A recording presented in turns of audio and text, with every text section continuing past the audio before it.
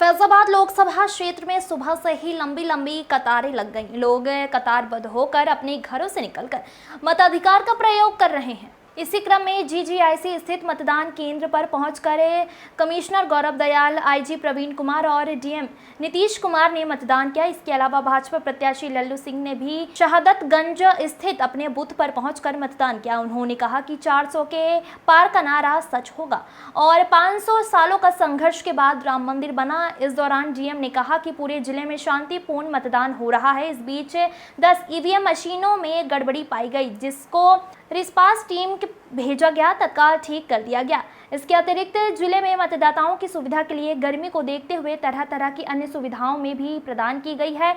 दरअसल मतदान केंद्रों पर अधिकारियों के दौरे लगातार हो रहे हैं। जिले में 2034 बूथ हैं और 1060 मतदान केंद्र की वेब कास्टिंग की जाएगी।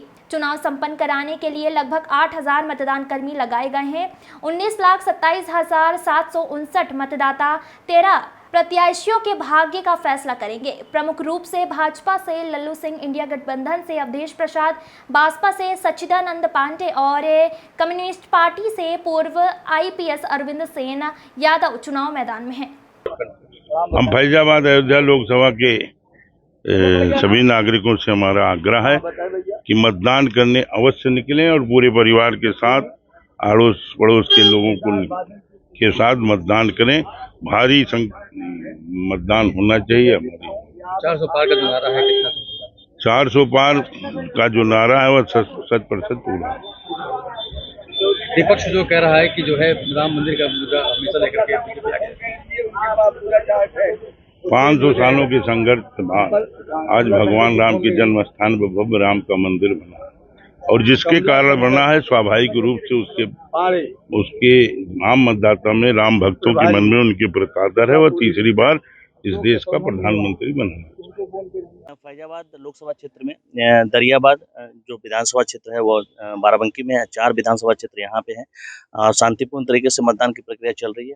और सबसे महत्वपूर्ण है कि वेबकास्टिंग के माध्यम से भी हम लोग मॉनिटरिंग कर रहे हैं और 1060 बूथ पे पूरे लोकसभा क्षेत्र में वेबकास्टिंग के माध्यम से मॉनिटरिंग चल रही है और सभी जगह सीसीटीवी वर्किंग है।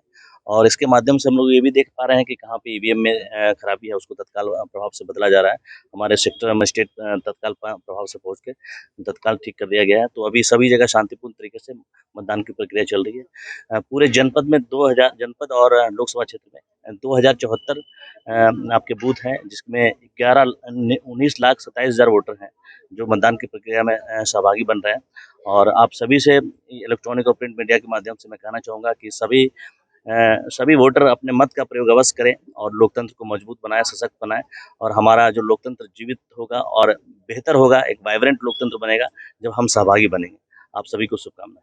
ये जो आपने ईवीएम की बात की है कि उसको जल्दी ही सब ठीक किया जाना, कितनी सूचनाएं इस तरह की आई हैं? अभी बहुत कम मिनिमल है, अभी चल भी रहा है। जहाँ कुछ प्रॉब्लम्स आ रही है उसको तत्काल प्रभाव से ठीक किया जा रहा है। अभी और कुछ उसका फिगर नहीं है? हाँ, लगभग 10 ईवीएम्स हैं कुल मिला के।